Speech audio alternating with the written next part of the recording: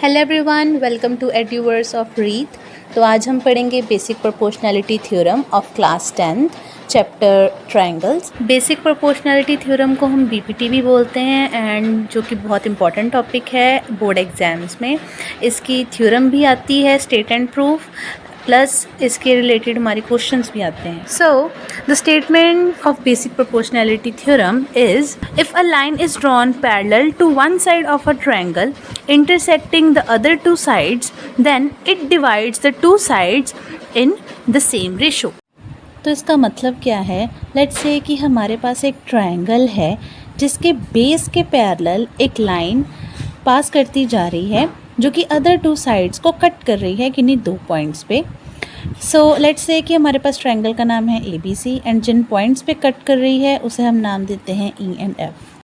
तो जो EC line है इस ट्रायंगल में जो कि बेस के पैरेलल है वो अदर टू साइड्स को इक्वल प्रोपोर्शंस में डिवाइड कर रही है, इस तरीके से कि मेरे पास जो AE की प्रोपोर्शन है वही AF की हो एंड EB की प्रोपोर्शन जो है वो CF के इक्वल हो। हमने छोटी क्लास में पढ़ा है कि एक लाइन में एक जो पॉइंट है वो उसे into some MN ratio divide कर सकता है। ऐसे ही E एंड F जो पॉइंट्स हैं वो AB एंड AC साइड को प्रोपोर्शन में डिवाइड कर रहे हैं। Let's take AE is equal to 3 and EB equal to 4। वैसे ही same AF will be 3 and FC be 4।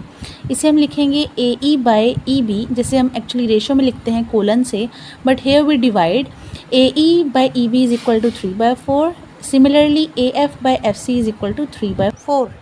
तो हमें BPT में प्रूफ करना है AE by BE is equal to AF by CF।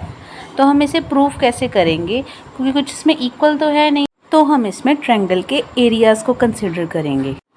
तो हम इसमें क्या करेंगे, ज्वाइन करेंगे EC एंड BF को। यू कैन सी हमारे पास ट्रेपीजियम है EFCB, तो इसीलिए हम इसमें ट्रायंगल्स बनाएंगे EFC एंड BEF। ऐसे ही हम ट्रायंगल AEF को भी टू ट्रायंगल्स में डिवाइड करेंगे। हम परपेंडिकुलर बनाएंगे MF on base AE। Similarly perpendicular बनाएंगे EN on base AF। So for considering triangle का एरिया, हमें ट्रायंगल का एरिया पता होना चाहिए जो कि क्या होता है, half into base into height. So in triangle AEF with base AE and perpendicular MF, we have area of triangle AEF is half into AE into MF. Similarly with AEF with base AF and EN, we have area triangle half into AF into EN। तो चाहे हम अपने AEF triangle को perpendicular MF के साथ देखें चाहे EN के साथ, एरिया तो दोनों का सेम ही है, इसीलिए हमने दोनों ट्रायंगल्स का एरिया इक्वल लिख दिया। एक्चुअल में हमारे पास ट्रायंगल AEF एक ही है, तो इसीलिए उसका जो एरिया होगा वो भी क्या होगा, इक्वल होगा। तो इसीलिए area of AEF is equal to area of AEF। But from equation 1 and 2 हम उसमें इनकी वैल्यूज़ पुट कर देंगे, that is half into AE into MF is equal to half into AF into EN। क्योंकि इसमें हाफ एंड हाफ सेम है तो उसे हम कैंसिल कर देंगे, that will become AE into MF is equal to AF into EN। But अगर हम इसे ट्रांसपोज करके रेशो में लिखें तो that will become AE by AF is equal to EN by MF। Mark equation 3। Now अब हम ट्रायंगल्स लेंगे EFC एंड ट्रायंगल BEF। अब हम इन ट्रायंगल्स के लिए इक्वेशंस लिखेंगे, दैट विल बी, जिसका बेस होगा BE एंड हाइट होगी MF। फॉर एग्जांपल अगर हम एक ट्रायंगल लेते हैं जो कि इस तरीके का है, उसकी एक्सटर्नल हाइट होती है। ऐसे ही सेम ये ट्रायंगल्स हैं, BE क्या है इनकी base and MF is height. अब हम इन ट्रायंगल्स के लिए इक्वेशंस लिखेंगे, that will be area of triangle BEF is equal to half into MF into BE, that is equation 4। And similarly equation आएगी area of triangle CFE is equal to half into CF into EN, that will be equation 5।